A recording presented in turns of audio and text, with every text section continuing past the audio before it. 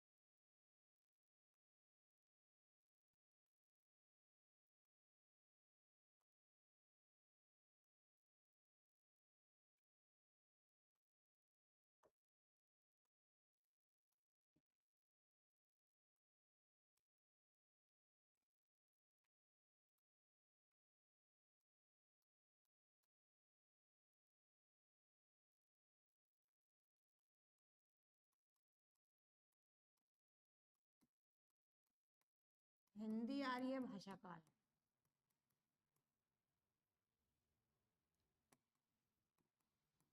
या हिंदी भाषा का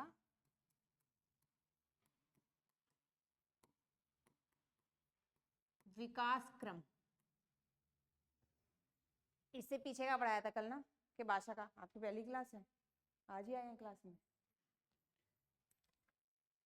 ये हिंदी की दूसरी क्लास है भाई, कल ही क्लास चल रही, कल पहली क्लास थी, आज दूसरी क्लास है। कोई स्पेशल एग्जाम आपने फॉर्म भरा हुआ है या भरेंगे? पहले एग्जाम दिया है, मतलब पेपर पैटर्न पता है आपको? 100 नंबर का पेपर होता है, 100 ही क्वेश्चन होते हैं, ईच क्वेश्चन 1 मार्क्स, हर प्रश्न के लिए 1 नंबर मिलेगा, ठीक है ना। और अगर आपने 4 क्वेश्चन गलत कर दिए तो 1 काट लिया जाएगा, 1/4 की नेगेटिव मार्किंग होती है। और इस तरीके से इसमें 20 नंबर की हिंदी आती है, और उस 20 नंबर की हिंदी को 3 तरीके से पढ़ाया जाता है। एक होती है हिंदी व्याकरण, दूसरी होती है हिंदी साहित्य, और तीसरी होती है हिंदी प्रयोजन मूलक हिंदी। हिंदी साहित्य का मतलब यानी कि जितने भी लेखक हुए हैं आदिकाल से लेकर और वर्तमान समय तक, गढ़वाली और कुमाऊनी साहित्य के संबंध में भी, उन सबको पढ़ा जाता है। प्रयोजन मूलक हिंदी का मतलब यानी कि राजकाज के कार्यों में जो हिंदी प्रयोग की जाती है, सरकारी या अर्ध सरकारी रूप में जो भी हिंदी का प्रयोग होता है, चाहे वो संचार के लिए हो, चाहे वो संचार में पत्र हो, चाहे अखबार हो, कुछ भी हो, समाचार पत्र हो, जो भी होगा XYZ, उसके लिए कौन कौन से फॉन्ट प्रयोग किए जाते हैं वर्तमान समय में, भाषा का कंप्यूटरीकरण क्या है, वो सारी चीजें प्रयोजन मूलक हिंदी के अंतर्गत पढ़ी जाती है। मानक भाषा क्या होती है, राष्ट्रभाषा क्या है, राजभाषा क्या है, भारत में किस भाषा की प्रधानता है, उसके अंतर्गत वो सारी चीजें आती हैं। तीसरा होता है व्याकरण का आधार। व्याकरण का मतलब यानी कि जिस हिंदी को बेसिक आप फर्स्ट क्लास से लेकर और 10th क्लास तक लगातार पढ़ते हो, 12th तक भी पढ़ते हो, आगे आप तभी पढ़ते हो जब आपके पास हिंदी सब्जेक्ट होता है। तो इस प्रकार से हिंदी के अंतर्गत वहां संधि, समास, उपसर्ग, प्रत्यय, संज्ञा, सर्वनाम, क्रिया, विशेषण, स्वर, व्यंजन, आयोग, है वो सारी चीजें वहां होती है व्याकरण के अंतर्गत ना। सबसे ज्यादा क्वेश्चन व्याकरण के आते हैं, उसके बाद जो दूसरे नंबर पर क्वेश्चन आते हैं वो प्रयोजन मूलक हिंदी की, और तीसरे नंबर पर क्वेश्चन आते हैं हिंदी साहित्य के। व्याकरण के क्वेश्चन 12 से 14 आते हैं, हिंदी साहित्य के क्वेश्चन 2 से 3 आते हैं, प्रयोजन मूलक हिंदी के भी 2 से 3 आते हैं। इस तरीके से 20 नंबर की हिंदी है ये। अब इसमें पहली ही कल क्लास चली है, अब ये हिंदी पढ़ाई कैसे जाती है, तीनों हिंदी लगातार हफ्ते में चलती है। सोमवार, मंगलवार, बुधवार को व्याकरण की क्लास चलती है, बृहस्पतिवार को प्रयोजन मूलक हिंदी की क्लास चलती है, और शुक्रवार को हिंदी साहित्य की क्लास चलती है, और शनिवार को टेस्ट डे होता है, यहाँ शनिवार को टेस्ट होता है, उस दिन क्लास नहीं चलती, और संडे छुट्टी है। इस तरीके से क्लास को डिवाइड किया गया है। अब व्याकरण की क्लास चल रही है, यानी कि कल सोमवार था, कल पहली क्लास चली थी, आज दूसरी क्लास है व्याकरण की। कल पहली क्लास में व्याकरण की भाषा का आधार बताया गया था कि भाषा की मूलता का आधार कैसे कैसे प्रकट हुआ है। पहले भाषा संकेतों और ध्वनियों के रूप में आई, पहले संकेत के रूप में आई, यानी कि मन में उत्पन्न होने वाले विचार मनुष्य अपने संकेत यानी कि हाव भाव के रूप में प्रकट करता था, संकेत देकर, सिग्नल देकर। ठीक है, उस समय की भाषा का कोई आधार पता नहीं है, ना तो प्रागैतिहासिक काल का और ना आद्य ऐतिहासिक काल के पूर्व काल का। आद्य ऐतिहासिक काल दो भागों में बटा हुआ है, एक जगह सिंधु घाटी सभ्यता है और दूसरे में वैदिक काल। तो वैदिक काल में तो भाषा आ गई थी, लिखित और मौखिक रूप में दोनों में आ गई, क्योंकि आर्य अपने साथ संस्कृत भाषा को लेकर कहां से आए, मध्य एशिया से आए, और उन्होंने उस समय में आकर वहां पर वेद, पुराण, अरण्यक, ब्राह्मण, वेदांत, इन सब की रचना की, और इसके साथ ही साथ एक साहित्य का आधार मिला, यानी कि वहां से साहित्य लेखन की परंपरा शुरू हुई है।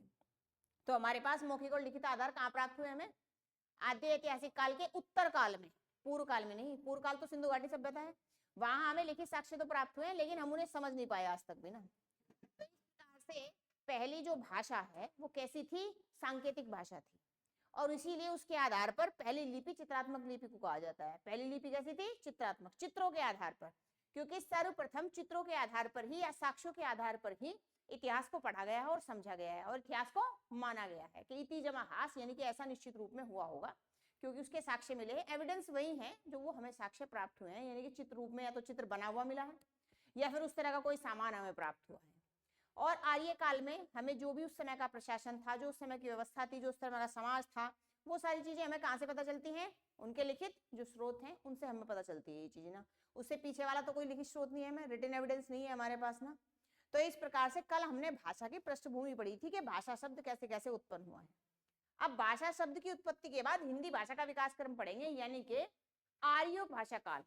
अब आर्य भाषा काल क्या है, आर्य भाषा काल 3 भागों में बटा हुआ है, यानी कि जो भाषा का विकास हुआ, भाषा कैसे अलग अलग चरणों में परिवर्तित होकर वो किससे, संस्कृत से हिंदी बनी, यानी कि देववाणी या कहा जाए आदिकालीन भाषा या आदि भाषा या आदिम भाषा से।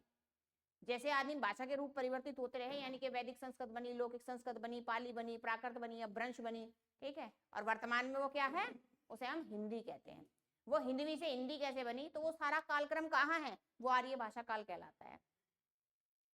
तो विशेष रूप से यहाँ 3 काल थे। पहले काल के अंतर्गत क्या है,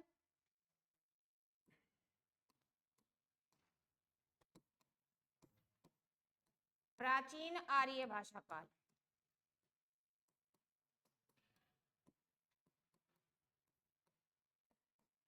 तो 1500 ईसा पूर्व से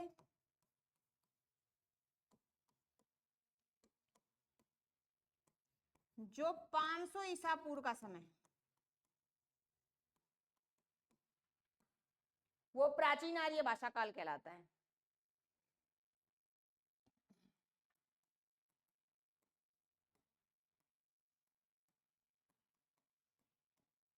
मध्यकालीन आर्य भाषा काल,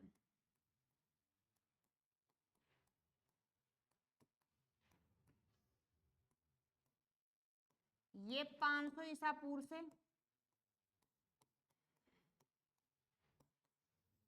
1000 ईस्वी का समय है। लंबा लंबा समय पीरियड इसलिए रखा गया है क्योंकि उस समय के कोई गाथ हमें ऐसा कोई महत्वपूर्ण साक्ष्य नहीं मिल पाया जिससे हम उचित समय की अवधारणा प्रस्तुत कर सके।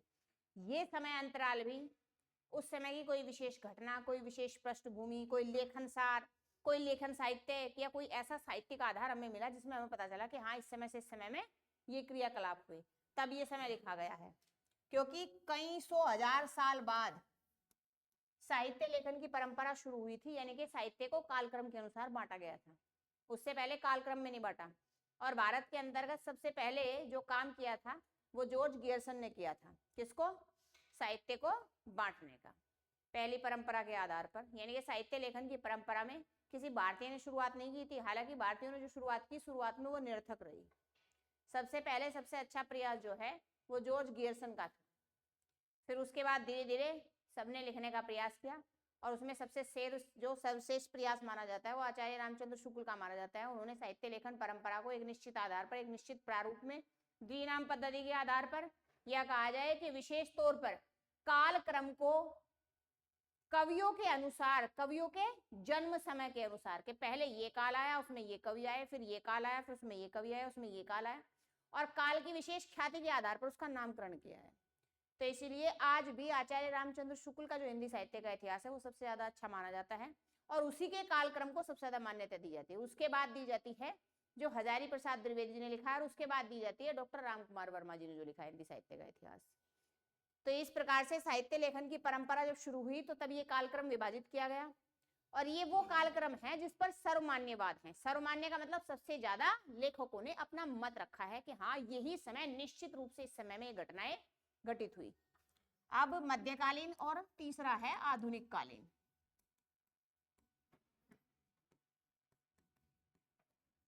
आधुनिक कालीन आर्य भाषा काल।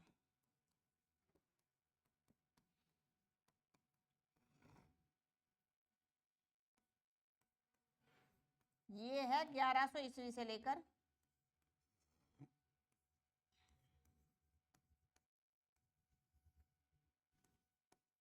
1850 ईस्वी तक। कुछ कुछ किताबों में ना आपको ऐसा मिलेगा लिखा हुआ कि 1100 ईस्वी से लेकर आज तक। आज तक नहीं है ये। 1850 में गद्य भाषा का उद्भव हो गया था और एक नई भाषा ने नवीन रूप लिया था, जो भाषा का सबसे बड़ा परिवर्तन था। भाषा एक सरल रूप में आ गई थी, ठीक है, निश्चित सरल रूप में आ गई थी। तो इसलिए 1850 के बाद जो भारतेंदु युग है उसे नए युग या आधुनिक युग की संज्ञा दी जाती है, और वहां पर उस भाषा को नवीन हिंदी कहा जाता है, नई हिंदी। यहां तक आर्य भाषा काल है 1850 तक ना। अब इस आर्य भाषा काल को किन किन रूपों में बांटा गया है?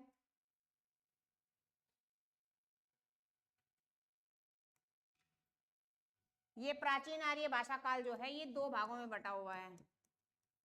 दो भाग नहीं, दो काल हैं इसके एक तरीके से ना। अब कौन कौन से हैं वो दो काल? पहला काल है जिसे कहा गया वैदिक संस्कृत काल, और ये था 1500 से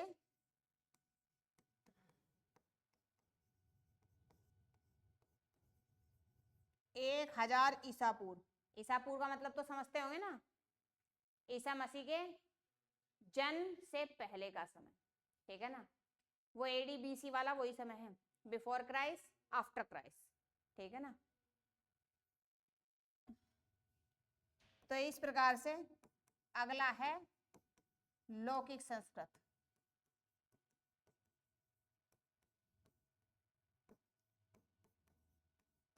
ये 1000 ईसा पूर्व से 500 ईसा पूर्व का समय।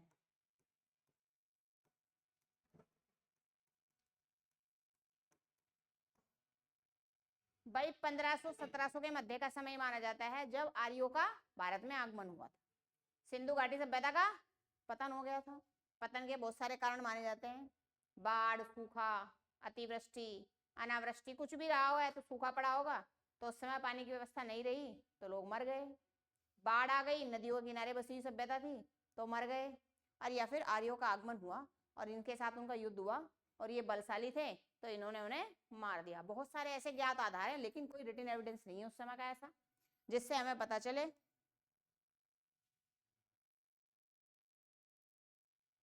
कि हाँ क्या विशेष घटना घटित हुई होगी जिस कारण जो सिंधु घाटी सभ्यता थी वो समाप्त हो गई थी, ठीक है। कुछ लोग कहते हैं कि उस समय सिंधु घाटी सभ्यता के जो लोग थे वो आर्यों के डर की वजह से वहां से जो युद्ध में लोग बच गए थे वो पहाड़ी क्षेत्रों में आकर इधर उधर बस गए थे, और वही खस कहलाए, उन्हें खस कहा गया। यहाँ उत्तराखंड में खस कहा जाता है उनको ना। तो भाई इस प्रकार से यहाँ दो भाषाएं हैं, यानी कि भाषा दो रूपों में परिवर्तित हुई, पहले वैदिक संस्कृत बनी और फिर लौकिक संस्कृत बनी। जो वैदिक संस्कृत थी यानी कि यहाँ जो भाषा थी वो संस्कृत भाषा थी, और इसे आदिम भाषा, आदिम देववाणी, प्रथम भाषा,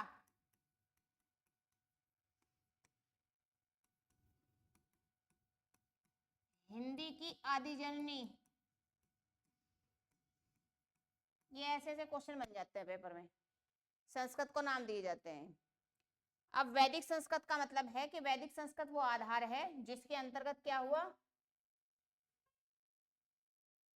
दिख रहा होगा ना, छोटा छोटा भी दिखाई दे रहा। तो वैदिक संस्कृत के अंतर्गत वेद, पुराण, आरण्यक,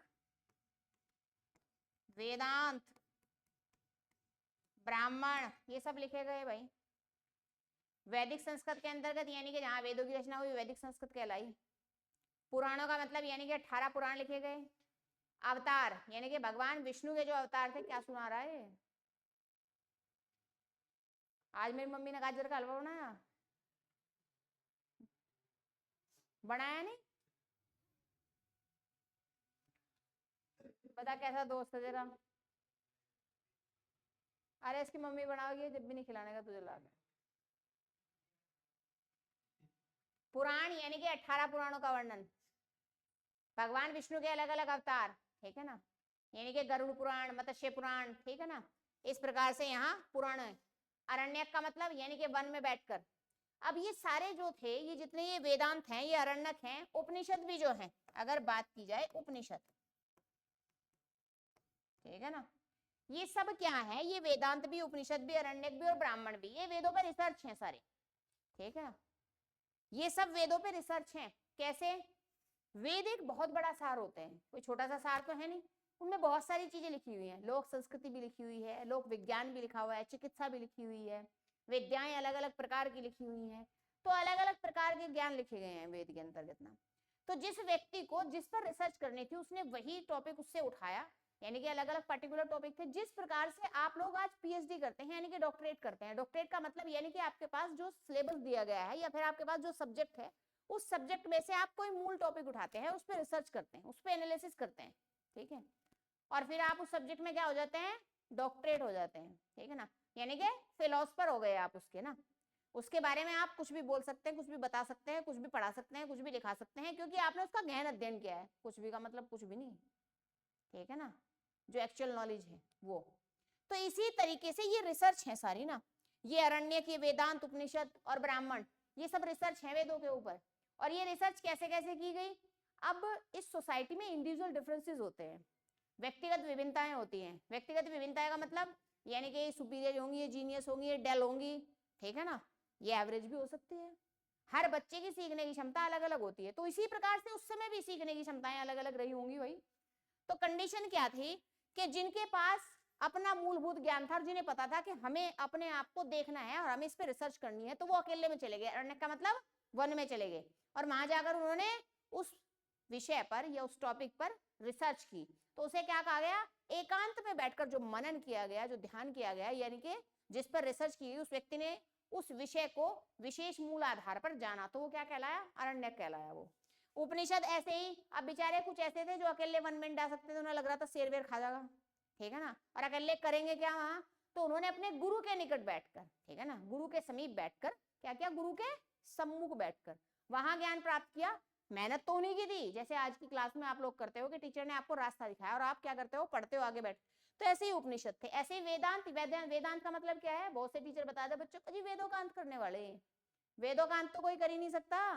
वेदांत का मतलब क्या है? मिनिमाइज किया गया है वेदों को ना, छोटा, यानी कि यहाँ पर भी वही है, रिसर्च वाला ही आधार है कि रिसर्च की गई और रिसर्च करके क्या किया गया? उस चीज को सॉल्व किया गया, उसको इजी किया गया। इजी का मतलब यानी कि जनमानस, जो जनमानस है वो आसानी से उस चीज को पढ़ सके, समझ सके, क्योंकि जो वेद है वो इतनी जटिल प्रक्रिया है कि उसे इतनी आसानी से समझा नहीं जा सकता कि हाँ कोई भी उठाएगा और पढ़ लेगा और समझ लेगा, ठीक है। इसीलिए जब वेदों की रचना हुई और जिन्हें पढ़ा गया, इनका गहन अध्ययन किया, इसीलिए वो क्या कहलाए? वेदी, द्विवेदी, त्रिवेदी, चतुर्वेदी, इसलिए तो कहलाए। आज के समय में तो किसी के नाम के सामने आपको पता नहीं होगा त्रिवेदी, त्रिवेदी, चतुर्वेदी क्यों लगे हुए?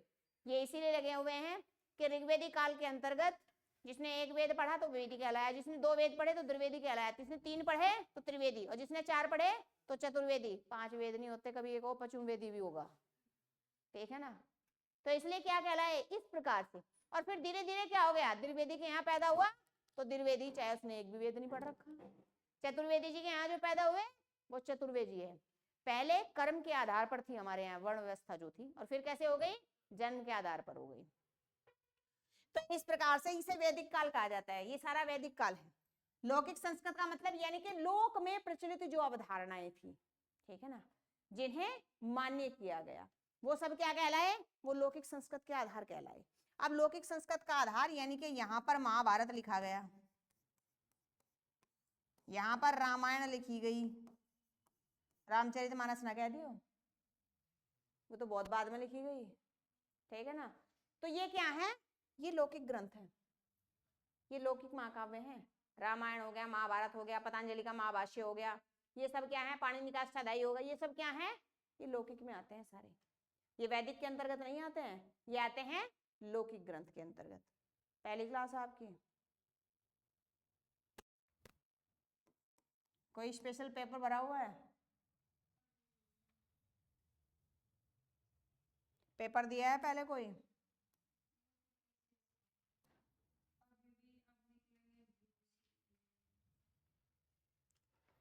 मध्यकालीन आर्य भाषा काल भाई, तो यहाँ कितना क्वेश्चन बनेगा, यहाँ केवल ये क्वेश्चन बनेगा कि वो आपको वैदिक और लौकिक पूछेगा, ठीक है ना। निम्नांकित में से वैदिक है, वैदिक संस्कृत लिखित और लौकिक संस्कृत लिखित है। तो जब लौकिक संस्कृत की बात आएगी तो महाभारत रामायण में से एक का ऑप्शन होगा। अधिकतर जब भी पूछता है महाभारत का ऑप्शन होता है पेपर में ना, और वैदिक में पूछेगा तो इनमें से कोई भी ऑप्शन हो सकता है, ठीक है।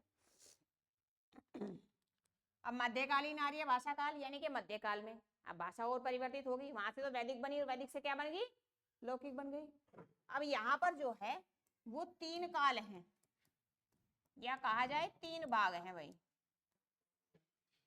3 भागों में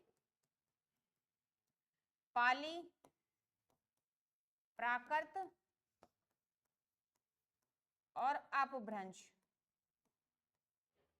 पाली का मतलब जो भारत में पली, प्राकृत का मतलब जिसका नेचुरलाइजेशन हो गया, यानी कि प्राकृतिक होगी, बस गई यहाँ पर, उसे प्राकृतिक कहा गया। प्राकृत का मतलब पता क्या है, जो यहाँ बस गई, पहले तो वो यहाँ पली और फिर क्या हुई, बस गई।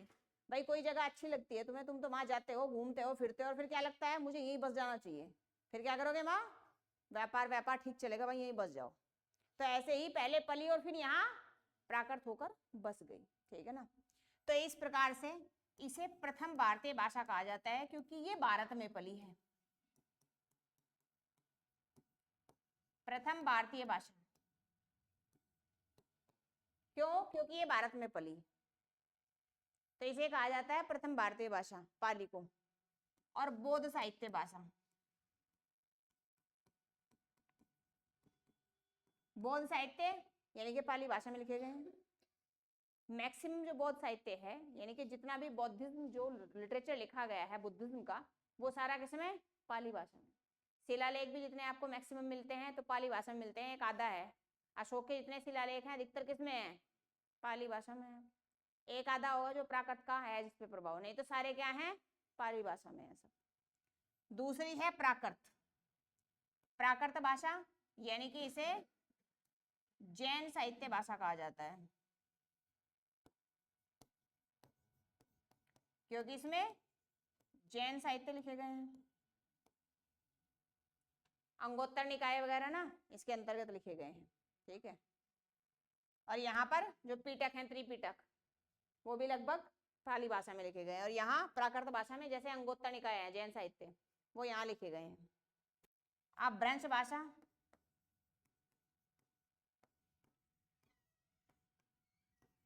इसे हिंदी की मूल जननी कहा जाता है, यह है हिंदी की मूल जननी।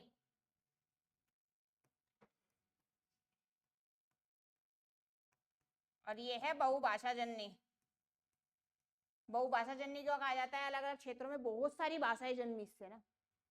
अब ब्रंश भाषा से ना बहुत सारी भाषाओं का उद्भव हुआ है। पाली भाषा का समय अंतराल क्या है भाई,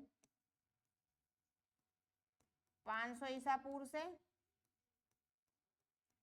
1 ईस्वी। इसका क्या है भाई,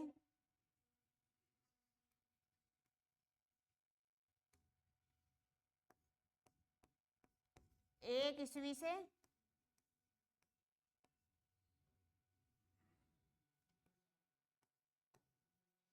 500 ईस्वी। और इसका क्या है भाई 500 ईस्वी से 1000 ईस्वी। अब ये कहोगी जब ये 1000 पे खत्म हो रही तो वो तीसरी भाषा 1100 से क्यों शुरू हुई? ये जो 100 वर्षों का समय है ना बीच में, इसमें बहुत सारी छोटी छोटी भाषाएं जन्मी अपभ्रंश से ना। जैसे अपभ्रंश से शोरसेनी हो गई, मागधी हो गई, अर्धमागधी हो गई, पेशाची हो गई, खस हो गई, बाचड़ हो गई, और उनसे छोटी छोटी बोलियां जन्म रही थी बहुत सारी ना। तो इसलिए किसी निश्चित भाषा का आधार नहीं है उस काल में ना। उस काल को भाषा संगम काल कहा जाता है। भाषा संगम काल का मतलब है बहुत सारी भाषाएं आपस में संगम कर रही थी, और इसीलिए इसे बहुभाषी जननी कहा जाता है अपभ्रंश भाषा को ना। यानी कि इससे बहुत सारी भाषाओं का जन्म हुआ अलग अलग क्षेत्रों में ना। दक्षिण भारत, पूर्व भारत, पश्चिम भारत, उत्तर भारत, प्रत्येक क्षेत्र पर अपभ्रंश भाषा का प्रभाव था, सभी क्षेत्रों पर। और सबसे ज्यादा जो पूर्वी भारत है उस पर सबसे ज्यादा प्रभाव था। पूर्वी भारत की सबसे ज्यादा भाषाएं जन्मी अपभ्रंश से ना। दक्षिण भारत की तो क्या है थोड़ा सा हल्की फुल्की ऊपर के हिस्से की, कौन सी महाराष्ट्र थी तो वहां मराठी जन्मी बस केवल।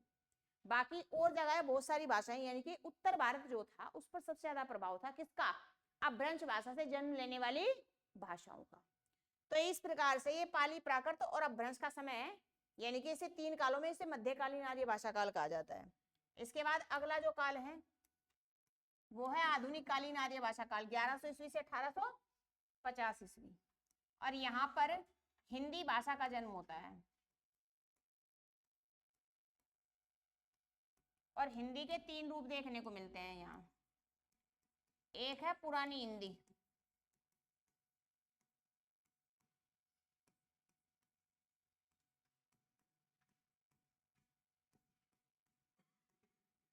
ग्यारह सौ से 1400 ईस्वी।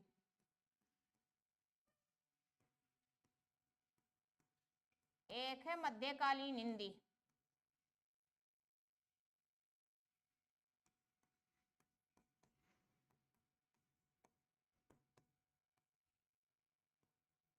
चौदह सौ ईस्वी से 1650 ईस्वी।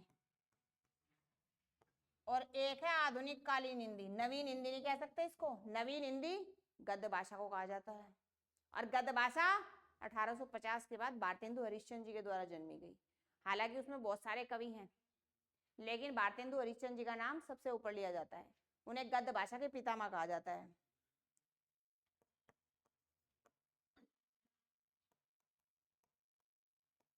आधुनिक कालीन हिंदी ये 1650 ईस्वी से 1850 ईस्वी, ये आधुनिक कालीन हिंदी। तो इस प्रकार से आर्य भाषा काल बटा हुआ है। एक क्वेश्चन आता है इससे, जरूरी नहीं हमेशा आएगा, कभी आ भी जाता है और कभी नहीं भी आता। इस चार्ट से एक क्वेश्चन मिलेगा।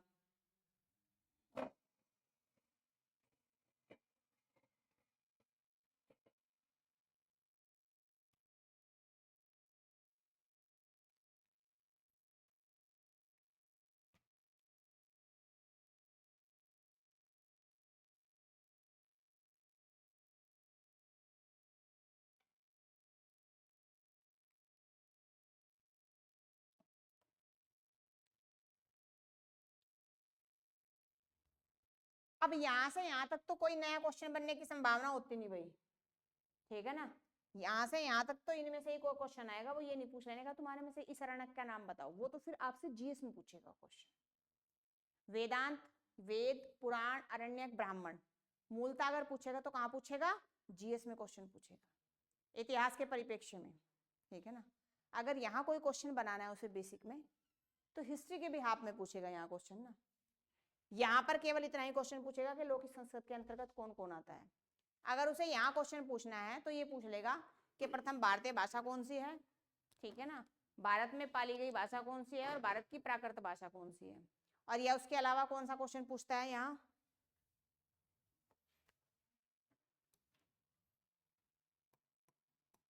ऐसा क्वेश्चन पूछता है संस्कृत की पूर्वोत्तर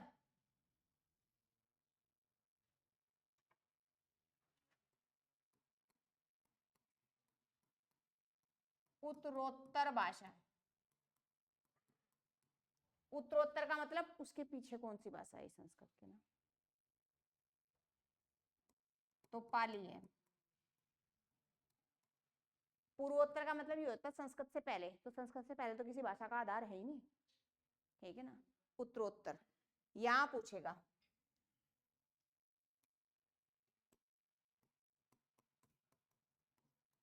पाली की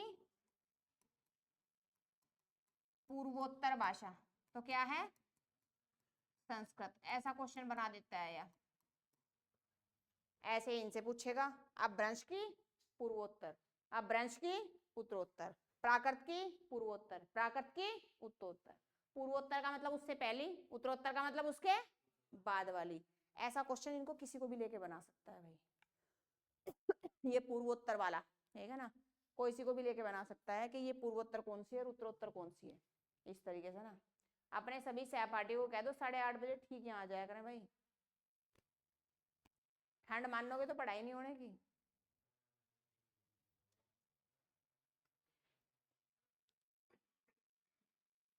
ये उतार लिया चार्ट सबने।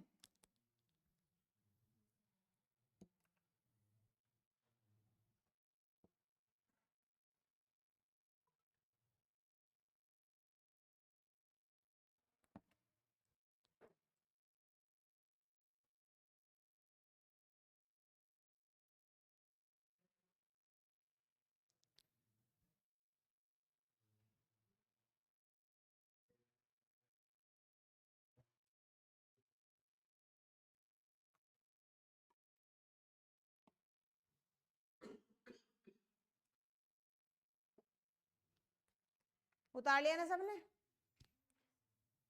अब इसमें एक फैक्ट लिख लो, 1-2 पॉइंट ना।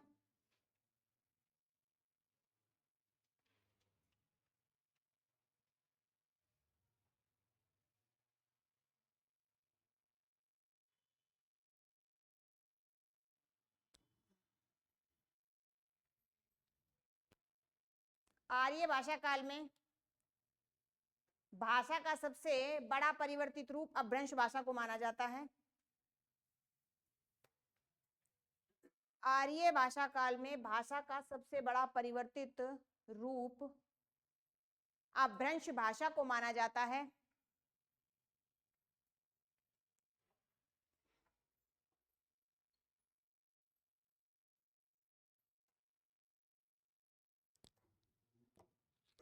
अपभ्रंश भाषा को माना जाता है।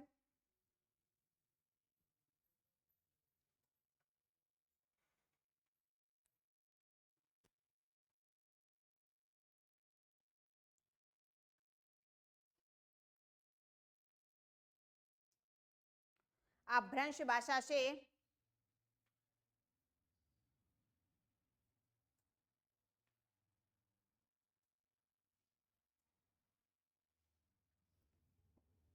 भारत के पूर्वी, पश्चिमी, उत्तरी और दक्षिणी, अपभ्रंश भाषा से भारत के पूर्वी, पश्चिमी, उत्तरी और दक्षिणी क्षेत्रों में अलग अलग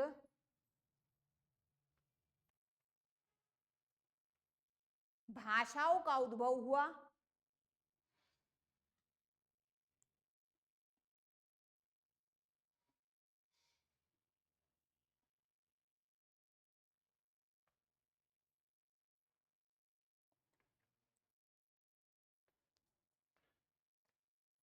जिससे अनेक प्रकार की बोलियां विकसित हुई। बस भाई आज के लिए इतना ही।